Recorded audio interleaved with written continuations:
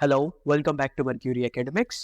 My name is Harshad Kaur and I hope आप सभी बहुत अच्छे से होंगे और बहुत अच्छे से आपकी पढ़ाई चल रही होगी, बहुत अच्छे से आपकी प्रिपरेशंस चल रही होगी। तो आज से हम अपना नया चैप्टर स्टार्ट करते हैं जिसका नाम है इलेक्ट्रिसिटी। Right, electricity. ओके, हमारा नेक्स्ट टॉपिक है, नेक्स्ट चैप्टर है राइट, एनसीईआरटी का ये थर्ड यूनिट है क्लास 10th की। ठीक है, फिजिक्स का जो पोर्शन है उसमें। तो हम स्टार्ट करते हैं इलेक्ट्रिसिटी। तो इस चैप्टर में क्या है, बहुत सारे छोटे छोटे से कॉन्सेप्ट्स हैं, पढ़ते चलिए आराम से। ठीक है, अभी ज्यादा टिपिकल नहीं है ये चैप्टर 10th के लेवल पे। 12th में थोड़ी सी कॉम्प्लेक्सिटीज पढ़ेंगी, तो ये सारे कॉन्सेप्ट जो हम अभी पढ़ेंगे ना, ये वहां पे यूज होंगे। तो प्लीज अभी इसको अच्छे से पढ़ते चलिएगा। अच्छा, तो अच्छा, एक चीज मैं आपको फिर से बता दूं, जैसा मैं हर बार बोलता हूं कि प्लीज एनसीईआरटी रीड करिए, एनसीईआरटी रीड करिए, क्योंकि ये जो पूरा डेफिनेशंस वगैरह लिखी हुई है ना, ये सब एनसीईआरटी से ही ली हुई है। एनसीईआरटी में इतने अच्छे से मेंशन किया है ना हर एक चीज को, कि आपको पढ़ के बहुत अच्छे से समझ में आ जाएगा। मैं पढ़ाते जाऊंगा, एक बार समझिए चीज को और एनसीईआरटी को रीड करिए, आपकी सब चीजें क्लियर हो जाएगी। ठीक है, एनसीईआरटी बहुत अच्छी बुक है, यहां से आप इसको पढ़िए। मैं आपको जो समझा रहा हूं उसको अच्छे से समझते चलिए और एनसीईआरटी से रीडिंग कर लीजिए, बस चैप्टर क्लियर हो जाएगा। चलिए, तो इस चैप्टर का भी फ्लो मैं बिल्कुल वैसे ही रखूंगा जैसे एनसीईआरटी में है, बिल्कुल हम एनसीईआरटी के हिसाब से आगे बढ़ेंगे। तो स्टार्ट करते हैं चैप्टर को। चलिए, पहली चीज, आपने अपने घर में, ठीक है, हम इसकी बात कर रहे हैं, पहले टॉपिक की बात कर रहे हैं, पहली डेफिनेशन की बात कर रहे हैं। ये क्या है? A continuous and closed path of an electric current is called an electric circuit। चलिए इसको समझते हैं। तो आपने अपने घर में कभी ये एनालाइज किया, ये ऑब्जर्व किया है कि आपने जैसे ही स्विच ऑन किया, फैन ऑन हो गया, या बल्ब ऑन हो गया, ट्यूबलाइट्स ऑन हो गई, या रेफ्रिजरेटर ऑन हो गया, या आपका कूलर स्टार्ट हो गया, एसी स्टार्ट हो गया, राइट? तो ये सब जो हो रहा है, गीजर स्टार्ट हो गया, ये क्यों हो रहा है? ये स्विच ऑन करने के साथ ही क्यों हो रहा है? स्विच ऑफ करने पे ये चीजें बंद क्यों हो जाती है, ऑफ क्यों हो जाती है? इसलिए हो जाती है क्योंकि जो स्विच है उसका काम क्या है पता है? स्विच ना सर्किट को कंप्लीट करता है। स्विच जो है सर्किट को कंप्लीट करता है। चलिए मैं आपको एक सर्किट बनाता हूं। पहले चलिए एक सर्किट को हम ड्रॉ करते हैं, जिससे आपको चीजें क्लियर हो जाएंगी। ये एनसीईआरटी का ही है, एनसीईआरटी में चीज मेंशन है। ठीक है, ये जो मैं बना रहा हूँ ये डायग्राम एनसीईआरटी में आपको मिल जाएगा। ठीक है, चलिए, अब क्या है, ये एक सर्किट है, राइट? ये एक सर्किट है। एक सेकंड, पहले मैं इसको अच्छे से ड्रॉ कर लेता हूं। एक सेकेंड,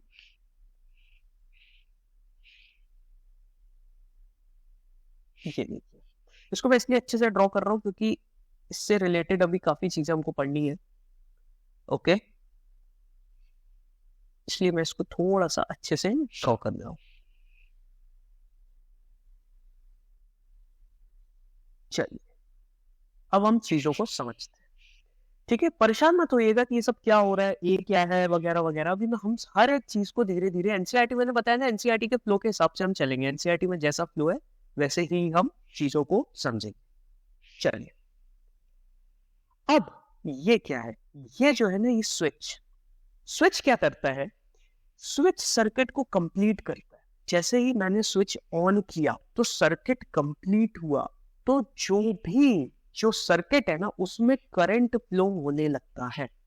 करंट फ्लो होने लगता है, इसलिए जो हमारे इक्विपमेंट्स है, फैन है, बल्ब है, ट्यूबलाइट्स, ये ऑन होती है। और जैसे ही हम स्विच को ऑफ करते हैं तो सर्किट टूट जाता है। ठीक है, सर्किट टूट जाता है। बेसिकली सर्किट जो है वो बीच में जो कनेक्शन स्विच पूरा कर रहा था ना, वो कनेक्शन अब नहीं है। तो सर्किट जैसे ही टूटा, हमारे इक्विपमेंट्स बंद हो गए। स्विच को ऑन किया, सर्किट पूरा हुआ, करंट फ्लो हुआ, और जो है इक्विपमेंट्स ऑन हो गए। अभी मैं ज्यादा डिटेल में आपको कुछ टर्म्स ऐसे हैं जो मैं यूज नहीं कर रहा हूं, हम धीरे धीरे उन टर्म्स को समझेंगे। पहले अभी मैं बिल्कुल आपको लेमैन लैंग्वेज में समझा रहा हूं, तो आई होप आपको समझ में आ गया होगा कि स्विच क्या होता है। इसलिए इलेक्ट्रिक सर्किट में कि इसकी जो डेफिनेशन है उसमें मेंशन है कि क्लोज्ड पाथ होना चाहिए, ये क्लोज्ड पाथ है, right. A continuous and closed path of an electric current is called an electric circuit. Okay, अब ये स्विच है, इसको मैं आपको बता देता हूं, ये है सेल, ये सेल है, ये बल्ब है, ओके, और ये कोई भी इक्विपमेंट हो सकता है ये, ओके, और ये एमीटर है। एमीटर क्या करता है? करंट को मेजर करता है। अभी हम और समझेंगे, ठीक है। अच्छा, अब आगे इलेक्ट्रिक करंट क्या है? Electric current is expressed by the amount of charge flowing through a particular area in unit time. In other words, it is the rate of flow of electric charges. बिल्कुल NCERT की language है। ये suppose wire है, ठीक है, ये wire है, conducting एक मटेरियल है, ठीक है। अब वायर का हम एक क्रॉस सेक्शन ऑब्जर्व करते हैं, क्रॉस सेक्शन ऑब्जर्व करते हैं, ठीक है। क्या है definition? is expressed by the amount of charge flowing through a particular area. इस पर्टिकुलर एरिया से कितना चार्ज फ्लो हो रहा है इन यूनिट टाइम, ठीक है, कितना चार्ज फ्लो हो रहा है इन यूनिट टाइम, इसी को बोलते हैं इलेक्ट्रिक करंट, ठीक है। चार्ज क्या होता है अभी हम समझेंगे, अभी हम समझेंगे कि चार्ज क्या होता है। पहले बताइए, इतना समझ में आ गया होगा आई होप, ठीक है। क्योंकि ये देखिए यहां से ये चार्ज फ्लो हो रहा है, ठीक है। यूनिट टाइम जितना इस क्रॉस सेक्शन से या किसी भी एक छोटे से सेक्शन से, एक छोटे से एरिया से, जो भी एरिया हम ऑब्जर्व कर रहे हैं वहां से जितना चार्ज पास हो रहा है यूनिट टाइम, उसी को बोलते हैं इलेक्ट्रिक करंट। तो इलेक्ट्रिक करंट क्या हो गया? इलेक्ट्रिक करंट एक पर्टिकुलर एरिया से कितना चार्ज यूनिट टाइम में फ्लो हो रहा है, rate of flow of electric charges, इसी को बोलते हैं इलेक्ट्रिक करंट, ठीक है। अच्छा, चार्ज क्या होता है? देखो, चार्ज, सबसे पहले चार्ज को लेके बहुत कंफ्यूजन होता है। चार्ज कोई वस्तु नहीं है, चार्ज एक प्रॉपर्टी है, ठीक है। और जो हम पढ़ते हैं ना कि पॉजिटिव चार्जेस, नेगेटिव चार्जेस, अच्छा, चार्ज के जो इफेक्ट होते हैं ना, जब हम इफेक्ट्स, इलेक्ट्रिक और मैग्नेटिक इफेक्ट्स दोनों होते हैं, ठीक है। इसमें हम इलेक्ट्रिक देखेंगे, अगले चैप्टर में मैग्नेटिक इफेक्ट्स लिखेंगे, और मैं कोई डिटेल टर्म्स अभी यूज नहीं कर रहा हूँ, बस इतना समझ लीजिए कि जो चार्ज होता है ना वो एक सिर्फ प्रॉपर्टी है, ठीक है। चार्ज कोई वस्तु नहीं है, चार्ज एक प्रॉपर्टी है। अब दो टाइप के चार्जेस आपने पढ़े होंगे, पॉजिटिव चार्ज, नेगेटिव चार्ज, ये भी एक कंफ्यूजन होता है। तो कि पॉजिटिव चार्ज और नेगेटिव चार्ज, एक्चुअल में पॉजिटिव नेगेटिव क्यों? तो कुछ नहीं है, पॉजिटिव और नेगेटिव बस डिफरेंशिएट करने के लिए हमने दो टाइप के चार्जेस बोल दिए, क्योंकि ऐसा ऑब्जर्व किया गया था या ऐसा होता है कि जो वो दोनों मिलके ना नलीफाई हो रहे थे, पॉजिटिव चार्ज और नेगेटिव चार्ज मिलके न्यूट्रल हो जा रहे थे, इसलिए एक को पॉजिटिव बोल दिया, एक को नेगेटिव बोल दिया, ठीक है।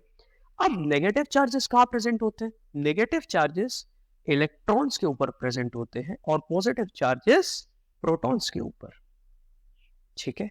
जो न्यूट्रॉन्स होते हैं, न्यूट्रॉन्स न्यूट्रल होते हैं, न्यूट्रल होते हैं, अनचार्ज नहीं होते, न्यूट्रल होते हैं, सब ठीक है, इनको अभी छोड़िए। इतना समझ लीजिए कि जो नेगेटिव चार्जेस है वो इलेक्ट्रॉन पर प्रेजेंट होते हैं और जो पॉजिटिव चार्जेस है वो प्रोटॉन पे। अब प्रोटॉन कहाँ होते हैं? प्रोटॉन तो न्यूक्लियस के अंदर होते हैं, राइट। अब प्रोटॉन न्यूक्लियस के अंदर होते हैं तो वो तो फ्लो करेंगे नहीं, या अगर वो करते भी हैं तो बहुत प्रोटॉन्स को फ्लो कराना आसान बात नहीं है, वो न्यूक्लियस के अंदर है, वो चीज न्यूक्लियस के अंदर जो है उसको फ्लो कराना आसान नहीं है, इसलिए इलेक्ट्रॉन्स फ्लो करते हैं, क्लियर। अब इलेक्ट्रॉन्स जो है वो फ्लो करते हैं और करंट जो है, देखो अभी मैं बताता हूँ और चीजें। अच्छा, एक चीज पहले मैं और क्लियर कर दूं कि सपोज मैं केमिस्ट्री का एक आपको कॉन्सेप्ट बताता हूँ। सपोज Na+Cl- क्या है? Sodium chloride. ये कैसे बना भाई? Na ने अपना एक बाहर का इलेक्ट्रॉन Cl को दे दिया, Cl ने उसको एक्सेप्ट कर लिया, तो हुआ क्या? ये न्यूट्रल था, एक इलेक्ट्रॉन दिया, यानी कि अपना एक नेगेटिव चार्ज दिया, तो यहाँ पे कौन सा चार्ज डोमिनेंट हुआ, कौन सा चार्ज हावी हुआ, कौन सा चार्ज ज्यादा हुआ? पॉजिटिव, इसलिए यहाँ पे प्लस साइन।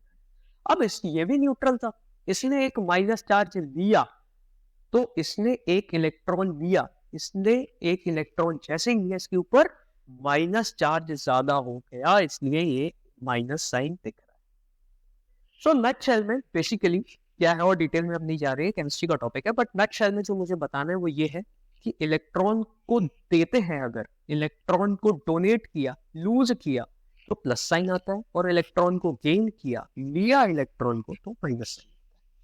ठीक है, चलिए अब इतना हमको समझ में आ गया। अब यहाँ पे आप आते हैं कि प्रोटॉन मूव नहीं कर रहे हैं, इलेक्ट्रॉन मूव कर रहे हैं। तो इलेक्ट्रॉन यहाँ से स्टार्ट होते हैं मूव करना। अब सर्किट मान लीजिए स्विच ऑन, सर्किट क्लोज्ड है, ठीक है, सर्किट क्लोज्ड है, स्विच ऑन है, तो इलेक्ट्रॉन ऐसे मूव करेंगे, ठीक है। लेकिन जब पहली बार इलेक्ट्रिसिटी को ऑब्जर्व किया गया था तब इलेक्ट्रॉन्स डिस्कवर नहीं हुए थे, इलेक्ट्रॉन नाम की कोई चीज नहीं थी। तो लोग ये मानते थे कि भाई पॉजिटिव चार्ज का फ्लो होता है, पॉजिटिव चार्ज का फ्लो होता है, ऐसे फ्लो होता है, पॉजिटिव चार्ज का फ्लो होता है करंट में, सर्किट में, सॉरी, ठीक है, पॉजिटिव चार्ज का फ्लो होता है, करंट का डायरेक्शन ये हो गया। और बट जब बाद में इलेक्ट्रॉन डिस्कवर हुए तो हमें पता चला इलेक्ट्रॉन ऐसे फ्लो हो रहे हैं। तो ऐसा बोला जाता है कि जो इलेक्ट्रॉन्स हैं वो जिस डायरेक्शन में चलते हैं वो करंट के ऑपोजिट होता है, ठीक है। तो इलेक्ट्रॉन इस डायरेक्शन में चलते हैं और करंट इस डायरेक्शन में चलता है, ठीक है, करंट इस डायरेक्शन में, इलेक्ट्रॉन्स इस डायरेक्शन, ठीक है। क्यों चलते हैं इस पे अभी डिटेल में हम ज्यादा नहीं जाएंगे, मैं आपको हल्का सा चलिए लेमैन लैंग्वेज में बताता हूँ। ये छोड़िए, अभी इन टॉपिक्स को अभी हम छोड़ देते हैं। कितना समझ में आ गया, ठीक है। जितना एनसीईआरटी का फ्लो है उस हिसाब से आगे बढ़ते हैं, ठीक है। अब if a net charge q flows across any cross section of a conductor in time t, then the current I through the cross section is I is equal to q by t, ठीक है। अब अगर अगर t time में q charge flow हो रहा है, charge को हम q से डिनोट करते हैं, करंट को I से करते हैं, ठीक है। अब एक t टाइम में q amount of charge flow हो रहा है any cross section of conductor से, तो करंट कितना बोलेंगे हम, करंट कितना है उस क्रॉस सेक्शन से, I is equal to q by t through the cross section, current I through the cross section is I is equal to q by t, ठीक है। चार्ज जो q से डिनोट किया है इसकी SI यूनिट होती coulomb, जिसको c से डिनोट करते हैं, टाइम तो आपको पता है सेकंड्स में, ठीक है। और I करंट, करंट की SI यूनिट होती है एम्पियर, जिसको A से डिनोट करते हैं, ठीक है। आई होप इतनी चीजें क्लियर हो। Now 1 ampere is constituted by the flow of 1 coulomb of charge पर सेकेंड, यानी कि अगर चार्ज 1 कूलम में 1 सेकेंड के लिए फ्लो हो रहा है तो करंट कितना है, 1 एम्पियर, 1 एम्पियर करंट की डेफिनेशन, ठीक है। तो यहां तक बात क्लियर हो गई होगी। अब हम आगे की तरफ चलते हैं, ठीक है। बेसिक बेसिक चीजें थी, आई होप ये क्लियर हो गया होगा। यहां से एक सेकेंड, जस्ट अ मोमेंट, ये माइनस साइन नहीं है, कंफ्यूज मत होना, ठीक है। चलिए, तो करंट, इलेक्ट्रिसिटी में हमने पहला टॉपिक पढ़ लिया, करंट क्या होता है। आई होप इतना क्लियर होगा। अच्छा, एमीटर की बात मैं कर रहा था, एमीटर के बारे में एक दो चीज समझ लीजिए।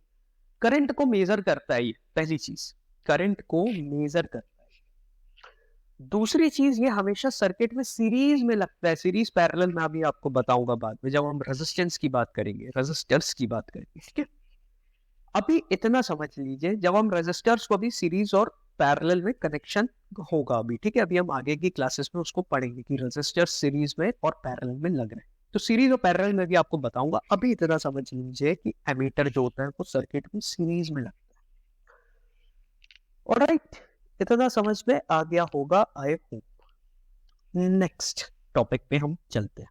नेक्स्ट टॉपिक क्या है, नेक्स्ट टॉपिक है electric potential and potential difference. देखो क्या होता है, आपने ऑब्जर्व किया होगा कि आपके घर में जो वाटर टैंक होता है, पानी की टंकी, वो ऊपर रखी होती है, नल नीचे होता है। क्यों ऐसा, ऐसा क्यों नहीं होता कि नल और पानी की टंकी सेम लेवल पे? क्योंकि अगर दोनों के बीच का पाइप जो है वो हॉरिजॉन्टल होगा तो उसमें पानी कभी फ्लो नहीं होगा। हमें प्रेशर डिफरेंस दोनों एंड के बीच में बनाना पड़ेगा, तभी पानी फ्लो होगा। सेम कॉन्सेप्ट यहाँ अप्लाई होता है कि दो पॉइंट के बीच में जो प्रेशर डिफरेंस है, इलेक्ट्रिक प्रेशर डिफरेंस होना चाहिए, तभी जो है आपके जो चार्ज है इलेक्ट्रॉन से वो फ्लो होगा, नहीं तो नहीं। तो यही जो इलेक्ट्रिक प्रेशर डिफरेंस है इसी को बोलते हैं पोटेंशियल डिफरेंस। पोटेंशियल डिफरेंस हमने एक सर्किट अभी बनाया था, राइट? तो ये जो सर्किट है इसमें ये जो हमने सेल लगाया था ना, ये यही काम करता है। ये पोटेंशियल डिफरेंस को बढ़ाता है, पोटेंशियल डिफरेंस क्रिएट करता है, और पोटेंशियल डिफरेंस क्रिएट करेगा तभी करंट जो है वो पास होगा, ठीक है? तभी करंट जो है वो फ्लो करेगा। आइए डेफिनेशन पढ़ते हैं। Potential difference between 2 points in an electric circuit carries some current as they work done to move a unit charge from one point to other. यही होता है potential difference. Potential difference per point का क्या है? एक unit charge को move करने में एक पॉइंट से दूसरे पॉइंट तक जो वर्क करना पड़ता है, इसी को बोलते हैं पोटेंशियल डिफरेंस। ठीक है? क्या होता है मैंने आपको लेमैन लैंग्वेज में इसके पहले समझा दिया। ये definition V is equal to W by Q. Q तो आपको पता है चार्ज है, इसकी SI unit coulomb, work done की SI यूनिट होती है जूल पर सेकंड। अब पोटेंशियल डिफरेंस की SI यूनिट जो होती है वो होती है वोल्ट, ठीक है? Electric potential, potential difference, electric potential और पोटेंशियल डिफरेंस की SI यूनिट है वोल्ट, ठीक है? तो आई होप इतना समझ में आ गया होगा आपको, ठीक है? तो SI unit of electric potential difference जो भी, ये जो है ना इलेक्ट्रिक पोटेंशियल डिफरेंस कहाँ गया B, ये इलेक्ट्रिक पोटेंशियल डिफरेंस, इसकी SI यूनिट वोल्ट, ठीक है? नाउ 1 वोल्ट की क्या डेफिनेशन है? वही जो अभी हमने जैसे पढ़ा था वही है। क्या है? अभी हमने करंट के बारे में जैसा पढ़ा था 1 एम्पियर की डेफिनेशन, ठीक है? दोनों जगह ऊपर नीचे 1 कर दो बस। 1 volt is the potential difference between 2 points in the current carrying conductor when 1 joule of work is done to move a charge of 1 coulomb from one point to other. 1 volt is equal to 1 joule per coulomb. 1 volt is equal to 1 joule upon 1 coulomb. ये 1 volt की definition, ठीक है? ठीक है, इतना आपको समझ में आ गया होगा आई होप। अच्छा, अब हम करंट मेजर हमने कैसे किया था? अमीटर से। पोटेंशियल डिफरेंस कैसे मेजर करते हैं? पोटेंशियल डिफरेंस वोल्ट मीटर से डिफरेंस मेजर करते हैं। वोल्ट मीटर से पोटेंशियल डिफरेंस मेजर किया जाता है और वोल्ट मीटर पैरेलल में लगता है। मीटर सीरीज में था, वोल्ट मीटर पैरेलल में। दोनों कनेक्शन को अभी हम समझेंगे बाद में, ठीक है? इतना समझ लीजिए, एमीटर जो है वो सीरीज में होता है, वोल्ट मीटर जिन भी दो पॉइंट्स के बीच में हमें मेजर करना है पोटेंशियल डिफरेंस, उसके पैरेलल में लगा देते। तो आई होप यहां तक चीजें समझ में आई होंगी। इस क्लास को मैं क्लोज करता हूं। अगली क्लास में हम सर्किट डायग्राम्स पढ़ेंगे और ओम्स लॉ पढ़ेंगे। तो मैं इस क्लास को क्लोज करता हूं। थैंक यू, अच्छे से पढ़ते रहिए। All the very best.